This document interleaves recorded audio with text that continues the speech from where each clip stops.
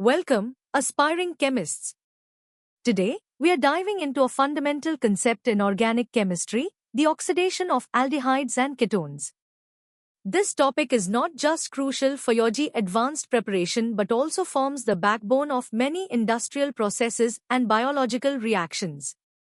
We'll embark on a four-level journey, starting with the basics, moving to specific reactions, then exploring advanced mechanisms, and finally, looking at cutting-edge synthetic strategies. Get ready to transform your understanding. Let's kick things off with the basics. What exactly happens when aldehydes and ketones encounter an oxidizing agent? In organic chemistry, oxidation often means adding oxygen or removing hydrogen. Imagine a molecule changing its structure by gaining an oxygen atom or losing a hydrogen. Aldehydes, with their unique CH bond right next to the carbonyl, are like eager participants. They readily oxidize to carboxylic acids. Think of ethanol becoming ethanoic acid. Ketones, on the other hand, are more stubborn. They lack that special CH bond, making them resistant to mild oxidation. Only strong conditions force them to react, often breaking their carbon backbone into smaller acid fragments. This fundamental difference is key. This difference in reactivity is super useful. We can actually tell aldehydes and ketones apart using simple tests. Tollens test, often called the silver mirror test, uses a special silver solution. Aldehydes reduce the silver ions to metallic silver, creating a shiny mirror on the test tube, while ketones do nothing. Similarly, Fehling's test uses a copper solution. Aldehydes turn the blue solution into a brick red precipitate of copper oxide. Again, ketones show no change. These reactions are classic examples of how mild oxidation helps us identify and distinguish these important functional groups. Now, it's your turn to apply what you've learned. Here are 3 practice questions to test your understanding of the basic oxidation principles for aldehydes and ketones. Take a moment to think about each one, recall the key differences in their reactivity, and predict the products or identify the type of compound based on the given reactions. Ready to go a bit deeper? Let's explore the specific reagents and rules governing the oxidation of these carbonyl compounds. Aldehydes, as we know, are easily oxidized. For this, we have a range of agents. Mild ones like Tollens, Fehling's, and Benedict's solutions are fantastic for selective oxidation, especially when other sensitive groups are present. But if you need a stronger push, agents like acidified potassium permanganate or dichromate, or even nitric acid, will do the job, converting aldehydes into their corresponding carboxylic acids.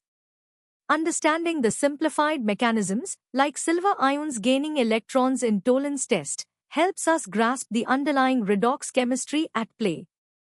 Ketones, being more resilient, demand strong conditions for oxidation. When they finally give in, it's usually through the cleavage of carbon-carbon bonds next to the carbonyl group. This is where Popoff's rule comes into play.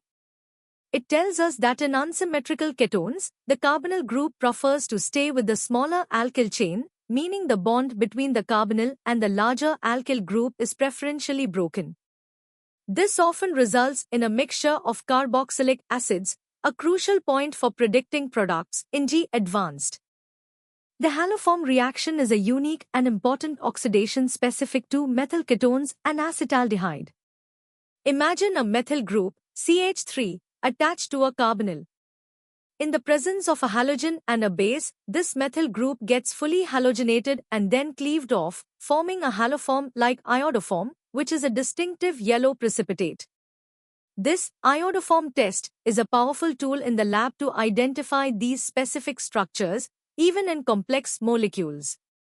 It's a multi-step process involving alpha halogenation followed by oxidative cleavage.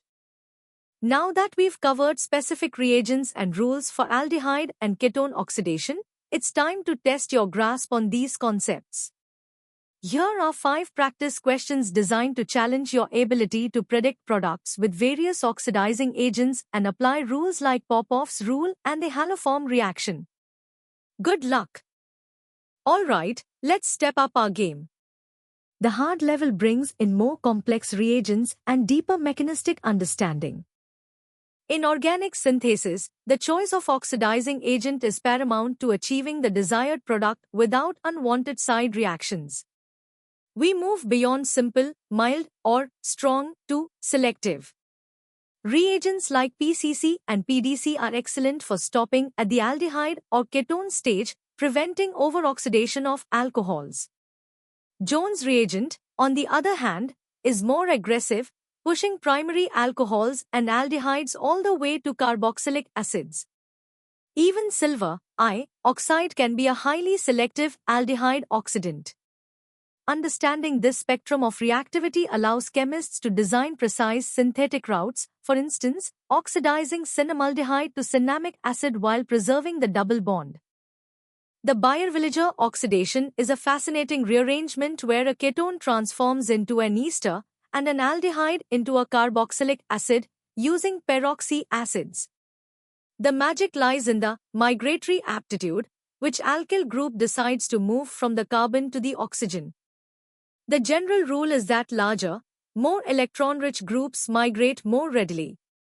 This dictates the final structure of the ester. For example, cyclohexanone, a cyclic ketone, can be converted into caprolactone, a cyclic ester, a key intermediate for nylon 6. This reaction allows for ring expansion and other complex structural changes. Selenium dioxide, or SiO2, is a highly specialized oxidant. It's renowned for selectively oxidizing an alpha-methylene or alpha-methyl group adjacent to a carbonyl, transforming it into an alpha-decarbonyl compound. Think of acetone becoming pyrovaldehyde or acetaldehyde yielding glyoxyl. The mechanism, though complex, often involves an Na reaction and a sigmatropic rearrangement, making it a powerful tool for introducing additional carbonyl functionalities. It's also known for allylic oxidation, a different but related application. This reagent is a testament to the diverse ways we can manipulate carbon skeletons through oxidation. You've tackled some advanced concepts and selective reactions. Now, it's time to solidify your understanding with 7 challenging practice questions. These questions require you to think critically about reagent choice, reaction mechanisms, and predicting products in more complex scenarios. Take your time, analyze each problem, and apply the principles we've discussed. Welcome to the hardest level.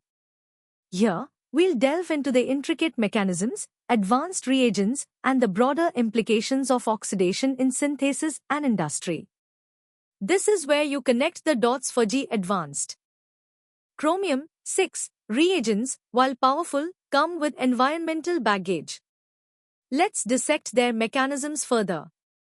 In Jones oxidation, it's not just a simple addition of oxygen, it involves the formation of a chromate ester, followed by a precise elimination step where a base abstracts an alpha hydrogen, leading to carbonyl formation and the reduction of chromium.